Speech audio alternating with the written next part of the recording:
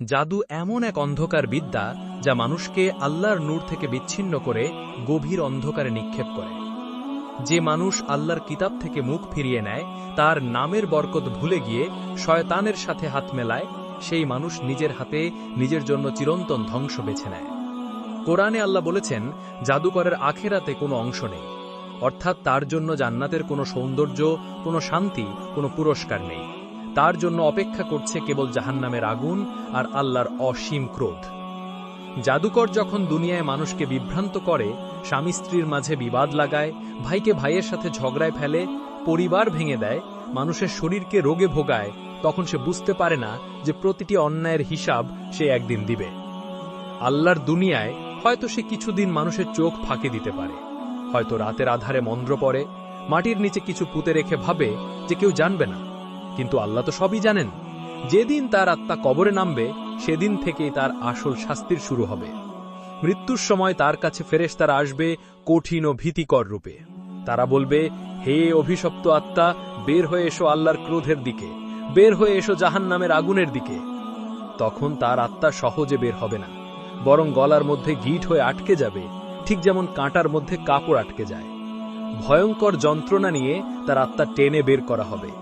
এ দৃশ্য তার জন্যই নয়, আশেপাশের ফেরেশতাদের কাছেও ঘৃণিত হবে।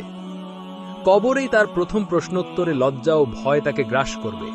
যখন ফেরেশতারা জিজ্ঞাসা করবে, তোমার রব কে, তোমার দিন কি, তোমার নবী কে, তখন সে কোনো উত্তর দিতে পারবে না। কারণ দুনিয়ায় তার জিহ্বা মন্থ পড়তে ব্যস্ত ছিল, জাদুর গ্রন্থ মুখস্থ করতে ব্যস্ত ছিল, কিন্তু কালেমা মুখস্থ করার জন্য ছিল না।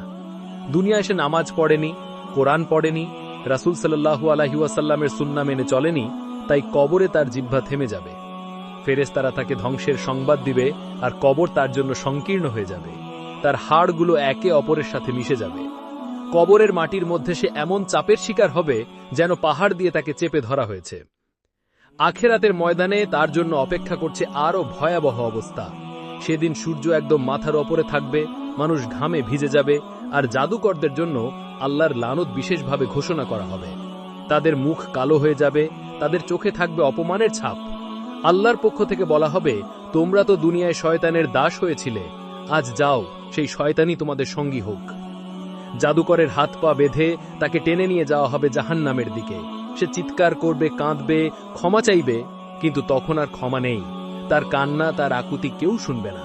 ফেরেশতারা লোহা দিয়ে তৈরি গরম শিকল দিয়ে তাকে টেনে নিয়ে যাবে এবং জাহান্নামের দরজা খুলে দেওয়া হবে। সেই দরজার ভেতর থেকে আগুনের ঝাঁঝালো গন্ধ বের হবে, যা তার চামড়া ছিঁড়ে ফেলবে আগেই।